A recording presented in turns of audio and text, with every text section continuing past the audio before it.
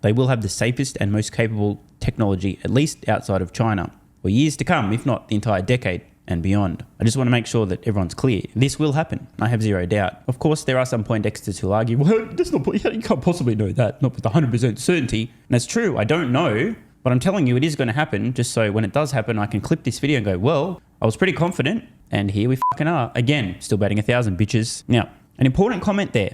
We just heard from Tom. Tesla wants vehicles on roads. This is something that a lot of people seem to have forgotten recently. Elon's made this point quite clear on recent earnings calls. Even if Tesla was selling vehicles at no profit, 0% margin, in the future they will reap insane profits as a result of autonomy. It's not to say that Tesla plans on selling vehicles at 0% profit margin, but the point is, the future profits from autonomy, almost pure profit, software margin, utterly dwarf anything Tesla could make selling the hardware, the vehicles themselves. And every additional vehicle Tesla puts on roads is not only a future money printer. When autonomy is enabled, people subscribe to this per month. And then, of course, the robotaxis themselves can drive people from point A to point B, and Tesla takes a cut of those fares as well. Remember, there's the autonomy subscription per month, and then there's robotaxi fares per mile. Tesla's getting a cut of both. But these vehicles today accelerate Tesla's data flywheel. More vehicles on roads, more edge cases collected, more data to train the neural networks to improve the capabilities, aka the safety of FSD, to further extend their already unassailable lead. Every action Tesla takes should be seen through this lens. It is in Tesla's best interest to make as many vehicles as they can and sell them all as fast as they can to get them on roads so they can collect more data and ultimately in the future enable autonomy, awaken the robotaxis, and print ludicrous, unprecedented amounts of money. It's kind of funny. Tesla margins a little bit below expectation, Wall Street panic, sell Tesla stock. Everyone seems to forget autonomy is around the corner, or they just don't believe it is, which fair enough. It's later than I expected, it's later than Tesla expected, but it's going to happen, and the timing isn't so much when does Tesla get there, it's how long until anyone else has any software that's even close to as capable, aka safe, as Tesla's FSD. And spoiler alert, years. Like ARK Invest, I believe this is a winner takes most market. I cannot see second place. I mean, please let me know in the comments below. Who's in second place in terms of solving generalized autonomy? I don't even know. That's how far behind they are. I just literally don't even know. Everyone else appears to be on the starting blocks. They're running backwards. They're not even at the starting blocks now because they're pursuing dead ends. HD pre-mapping, LiDAR, not scalable, not generalized, not going to end well. Tom may be the first analyst on Wall Street who's starting to see the forest, not the trees. In fact, for robotaxis, is 70% of our valuation now for Tesla. But I have to tell you my favorite loser story, and that is I bought a Tesla in 2019. Okay. Red. Model sexy. S. And then I wrote in a quarterly letter, what a terrific car. It was unlike anything my wife or I had ever come across. Okay. It was just, my wife hits 90 on the way to Boston most times. hasn't been nicked yet. But, Right.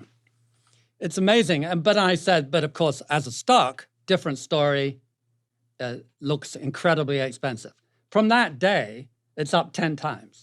10x Right, from there. 10x. Now, when I wrote that, it didn't have any earnings. Right. It didn't look like it might have any earnings. In fact, it looked quite uncertain that it would exist in 2 years. Yeah. And Right. They had a cash crunch. they had a cash crunch. Right. He was sleeping in the Yeah. He was sleeping in a tent building tent. cars. Who knew No. that issuing stock would be bullish for the stock price? People couldn't get enough of it. Yeah. So if you say, how did it happen? He was such a wonderful propagandist that he talked the stock up. With the Tesla autopilot or full self-driving, we're effectively, I think, creating the most advanced practical AI for navigating the real world. And you can also think of Tesla as like the world's biggest robot company. Way ahead of any possibility.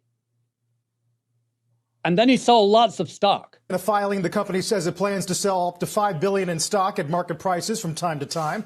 It is the third capital raise of the year after $5 billion in September, $2 billion in February.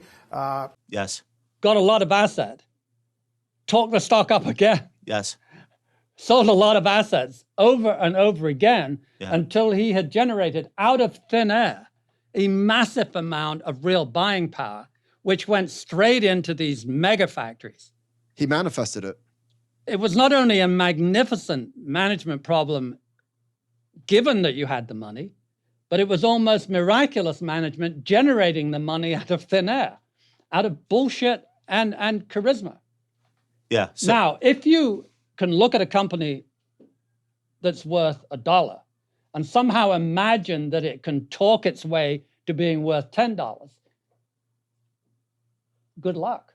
yeah, that's This hard. was not- That's hard to find. And figure one or out in two advance. people have done pretty well at that. Yeah. But it was not our discipline of the time. We look. It is the sort of thing that you can go broke doing.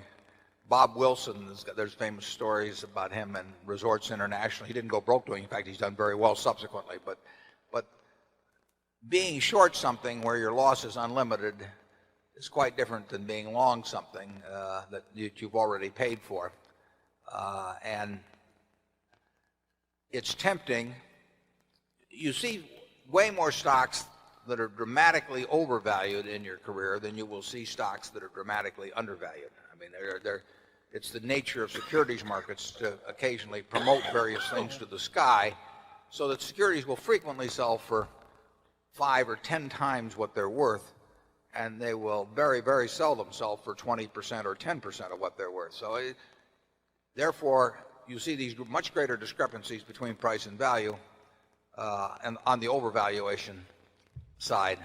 So you might think it's easier to make money on short selling. And all I can say is it hasn't been for me. I don't think it's been for Charlie. It is a very, very tough business because of the fact that you face unlimited losses and because of the fact that people that have overvalued stocks, very overvalued stocks, are frequently on some scale between promoter and crook. And that's why they get there. And once they're, and they also know how to use that very valuation to bootstrap value into the business, because if you have a stock that's selling at 100 that's worth 10, obviously it's to your interest to go out and issue a whole lot of shares. And if you do that, when you get all through, the value can be 50. In fact, there's a lot of chain letter type stock promotions that are sort of based on the implicit assumption that the management will keep doing that. And if they do it once and build it to 50 by issuing a lot of shares at 100 when it's worth 10, now the value is 50, and people say, well, these guys are so good at that, let's pay 200 for it or 300, and then they can do it again and so on. It's not usually quite that clear in their minds, but that's the basic principle underlying a lot of stock promotions. And if you get caught up in one of those that is successful, you can run out of money before the promoter runs out of ideas. In the end, they almost always work. I mean, I would say that of the things that we have felt like shorting over the years, the batting average is very high in terms of eventual. They would work out very well eventually if you held them through. But it is very painful, and it's in my experience, it's a whole lot easier to make money on the long side. I had one situation, actually an arbitrage situation, when I was when I moved to New York in 1954, so it was about June or July of 1954, that involved a surefire type transaction, an arbitrage transaction. It had to work. But there was a technical wrinkle in it, and I was short something. And I felt like for a short period of time, I felt like Fanova was feeling last fall. I mean, it was very unpleasant. You can't make, in my view, you can't make really big money doing it because you can't expose yourself to the loss that would be there if you did do it on a big scale. And Charlie, how about you? Well, Ben Franklin said if you want to be miserable, during Easter or something like that, he says borrow a lot of money to be repaid at Lent or something to that effect. And similarly, being short something, which keeps going up because somebody is promoting it in a half-crooked way and you keep losing and they call on you for more margin, it just isn't worth it to have that much irritation in your life. It isn't that hard to make money somewhere else with less irritation. It would never work on a Berkshire scale anyway. I mean, you could never do it for the kind of money that would be necessary to do it with to have a real effect on Berkshire's overall value. So it's not something we think about. It's interesting, though. I mean, I've got a copy of the New York Times from the day of the Northern Pacific corner, and that was a case where two opposing each owned over 50% of the Northern Pacific Company, Northern Pacific Railroad. And when two people each own over 50% of something, you know, it's going to be interesting. And Northern Pacific on that day went from 170 to 1,000, and it was selling for cash because you had to actually have the certificates that day rather than the normal settlement date. And on the front page of the New York Times, which incidentally sold for a penny in those days, it's had a little more inflation than Coca-Cola. Front page of the New York Times, right next to the story about it, it told about a brewer in Newark, New Jersey, who had gotten a margin call that day because of this, and he jumped into a vat of hot beer and died. And that's really never appealed to me as, you know, the ending of a financial career.